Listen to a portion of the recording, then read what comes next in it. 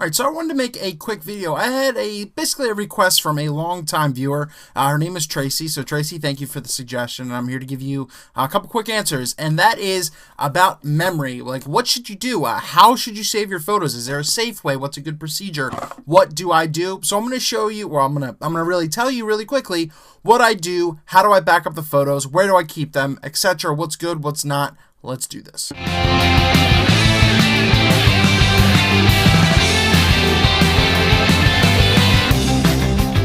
So say I literally just finished a project. I just finished a wedding, which they are important because you're going to have to hold on to those for a while. And I don't really get rid of my photos basically for archiving purposes. And that's the point of having a lot of memory of hard drives and places to put them, because a customer might come from, 2 years from now and say, hey, we really missed this shot. Can I buy this from you? Can I get it from you, etc. Because I say I keep your photos. I have them archived on my hard drives, and I'm able to provide something for you if you need them. That's really important. It's a good selling point. So what do I do? So as I said, okay, I just finished doing my wedding photos, or I literally just got shooting them. Well, one huge thing I do is I bring a travel-sized one. There's a lot you can get, and the whole thing with memory, and I feel like I'm really old saying this, and obviously I'm not, as opposed to about 4 years ago, so I'm about 6 years from when I started college and everything like that, memory was expensive. A 500 gigabyte external hard drive was probably $120, $150. Now you can get 500 gigabyte hard drive for $50, $60 brand new. So memory has gotten cheap, and that should not be an excuse anymore. So one of the things I do is I'll bring just my 500 gigabyte, I think this is a Seagate, is it Seagate? My Seagate drive, and I'll bring that with me, and I'll back up the photos right after I'm done shooting a wedding or just anything in general. So that way I have something 100% in case a card fails, God forbid, that would suck. So I have a backup, and that's important. So what do I do? As soon as I get home,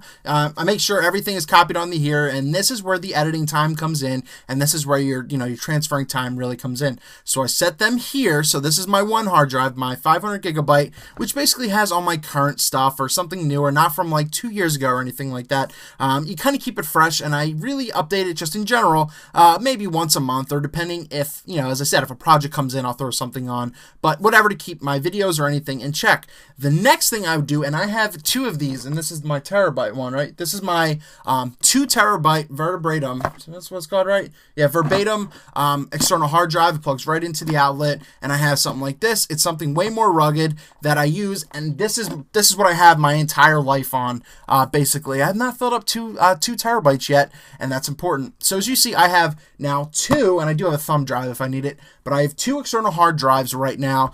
So one thing that a lot of people don't tell you is, so these are basically on me at all times. Travel, this is my on-site in my office or the house. You have to keep one off-site. And what does that mean?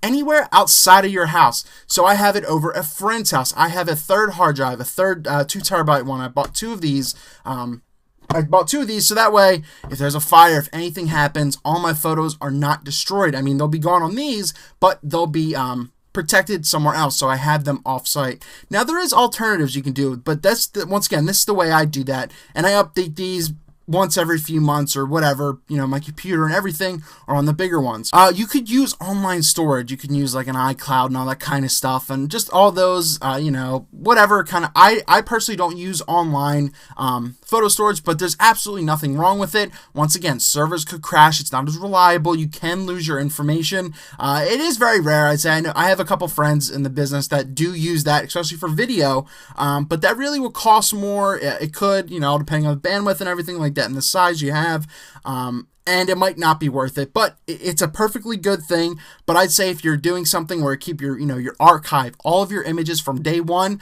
I wouldn't recommend just going online. But if it's something short term, if it's something you plan on just storing for now until you get something, go for it. The common thing that a lot of people ask are CDs and DVDs. Should I keep, several thousand copies of those, or should I burn them to those? Should I not get external hard drives? Well, the problem with CDs, and hard drives do fail too, don't get me wrong. Anything can really fail. CDs have a way easier chance of breaking, and they're just not as good. So the problem with CDs is, I'd say they're not really reliable. One scratch can just ruin your disc. You can repair them, but usually those things do not work. I used to think CDs when I first started out, that's a huge beginner flaw. Oh, I got to back it up to a CD, DVD, etc. they wear out really quickly, and as I said, they could be easily scratched as compared to a more rugged hard drive. Even if you drop them, there's a better chance. So I would not recommend a CD, DVD if you're using it for keeping all of your stuff. It's really not reliable. So that's what I do. Flash drives, external hard drives are a huge advantage over CDs, DVDs, and if anything, I would use DVDs. They are a little better, a little stronger, but that's what I do. I back them up to 3 different places. I've got my travel one that goes with me on my shoots that I can back up right away or during the shoot, during the wedding. I got one at home that I do, instantly right away, even if it takes a while. And then, as I said, I have another one offsite at a friend's house, family, and I back it up there. So I have 3 different places.